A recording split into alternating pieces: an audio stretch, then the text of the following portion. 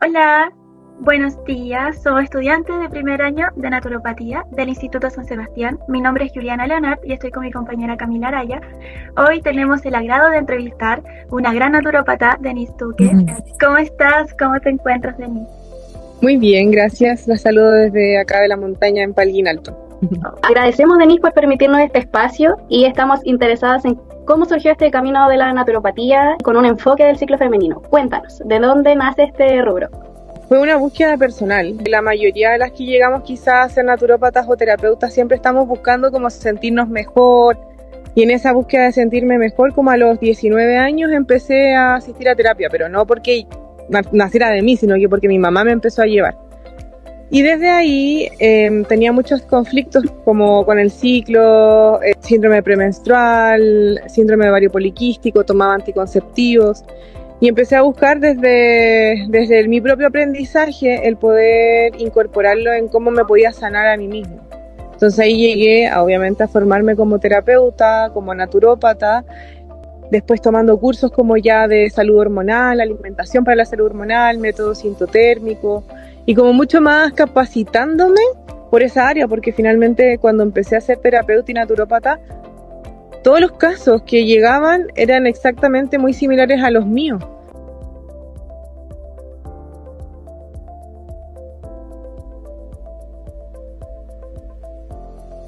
Creo que las mujeres tenemos esa conexión con la naturaleza innata y que también es parte de la naturopatía para la mujer y lo que yo también propongo y bueno, proponen muchas otras profesionales que también ahora se dedican a esta área, que es que las mujeres podamos recuperar esa sabiduría interna, innata que traemos a partir de nuestras ovulaciones y menstruaciones, que son súper similares a los ciclos de la naturaleza finalmente.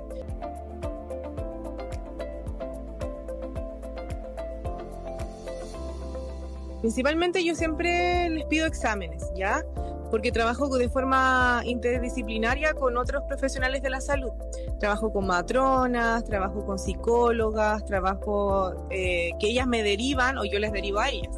Entonces yo sé interpretar exámenes y a partir de esos exámenes, desde una mirada funcional de la salud, o sea, desde la naturopatía, de los rangos de mediciones de exámenes, se miden distinto en medicina natural que en medicina convencional. Entonces nosotras a partir de esa interpretación podemos saber si es que esa mujer tiene un desequilibrio que a lo mejor todavía su médico o su matrona o su ginecólogo no le ha diagnosticado. Nosotras no podemos dar diagnóstico, entonces a partir de esa interpretación nosotras le podemos decir a la consultante, hey, mira, esto está pasando, posiblemente pase esto, entonces ándate con estos antecedentes donde tu médico para que te diga o te siga haciendo chequeos. Esa es una parte, pero también están las otras partes que son interpretaciones en el estado de salud que la medicina convencional no toma en consideración. Por ejemplo, el pulso, ¿ya? Medir el pulso de los órganos es fundamental para la naturopatía y sobre todo para el ciclo femenino. El color de la piel, el color del sangrado menstrual, si tiene o no tiene moco cervical, la temperatura corporal.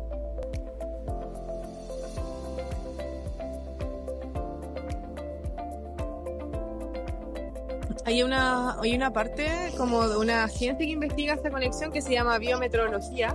Biometeorología habla como de la conexión entre la naturaleza y las distintas desarmonías o patologías o sensaciones que las personas tienen. Por ejemplo, típico que decían las abuelitas, me duelen las rodillas, va a llover, o no hay luna llena, por eso me siento así como enojada. Hay una conexión porque somos seres de naturaleza. La naturaleza nos regula y nos ayuda a poder escuchar como cuando nos desregulamos. La naturaleza interfiere en la salud de las personas cuando ésta ha sido invadida, cuando los ecosistemas han sido coartados. ¿Hay una conexión con la naturaleza? Sí. ¿La gente se enferma cuando la naturaleza deja de ser naturaleza? Sí.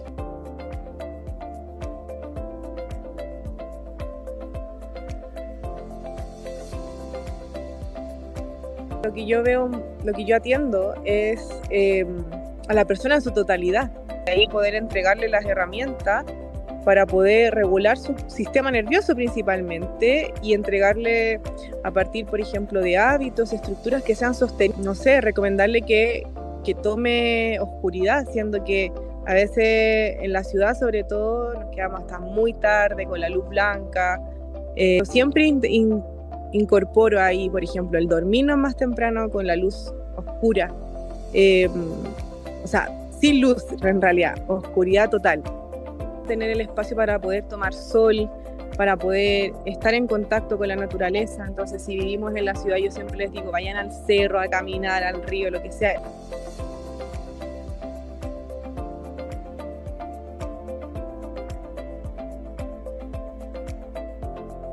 Es más profundo que eso, y al menos desde mi mirada, como que no es solamente una desconexión con el entorno natural. Si una persona podría vivir en la ciudad y tener un estado de salud muy óptimo, o una persona podría vivir en el campo y en la naturaleza y poder tener una salud muy deteriorada, porque también depende de muchos factores. Los factores son ambientales, son sociales, son emocionales, son nutricionales, son muy grandes, porque somos seres súper complejos también.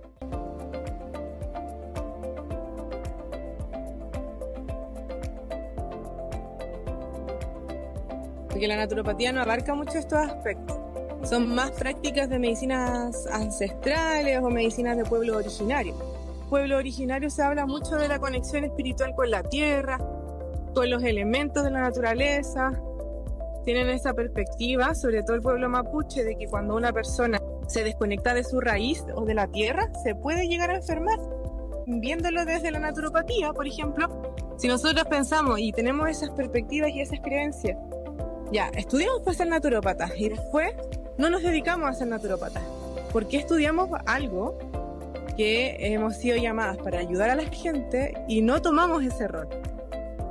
Yo he visto muchas naturópatas, terapeutas, no dedicarse a esta área y estar completamente enfermas. Hay un llamado espiritual a ayudar a la gente, y cuando tú no cumples ese rol, tu espíritu también se enferma.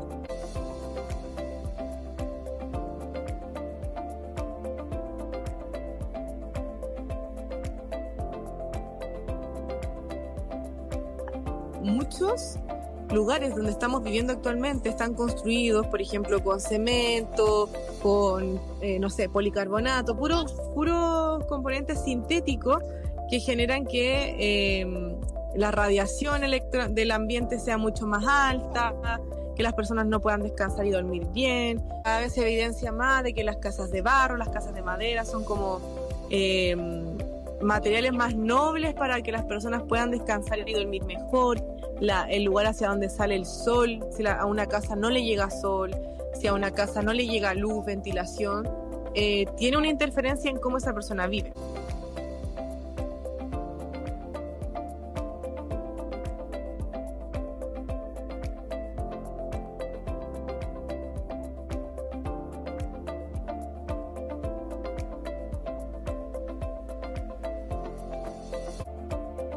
En las prácticas ancestrales, como cosas que algunas abuelas decían y que otras abuelas no decían. Como por ejemplo, cuidar el calor del útero, no andar a pies descalzos, no pasar frío. De hecho, antiguamente se decía como no hay que bañarse en los días de menstruación. Y hoy en día como que uno lo replantea y dice, como, ¿por qué no me tengo que bañar en los días de menstruación si yo me quiero bañar? Pero no era porque fuera malo. Piense que el contexto de antes era que las mujeres se bañaban siempre con agua fría. En ese contexto de lo que ellas decían, que puede llevarlo al contexto actual. Y una mujer que vive en la ciudad y que trabaja como gerenta de una empresa, también puede sentirse cómodamente si conecta con su ciclo.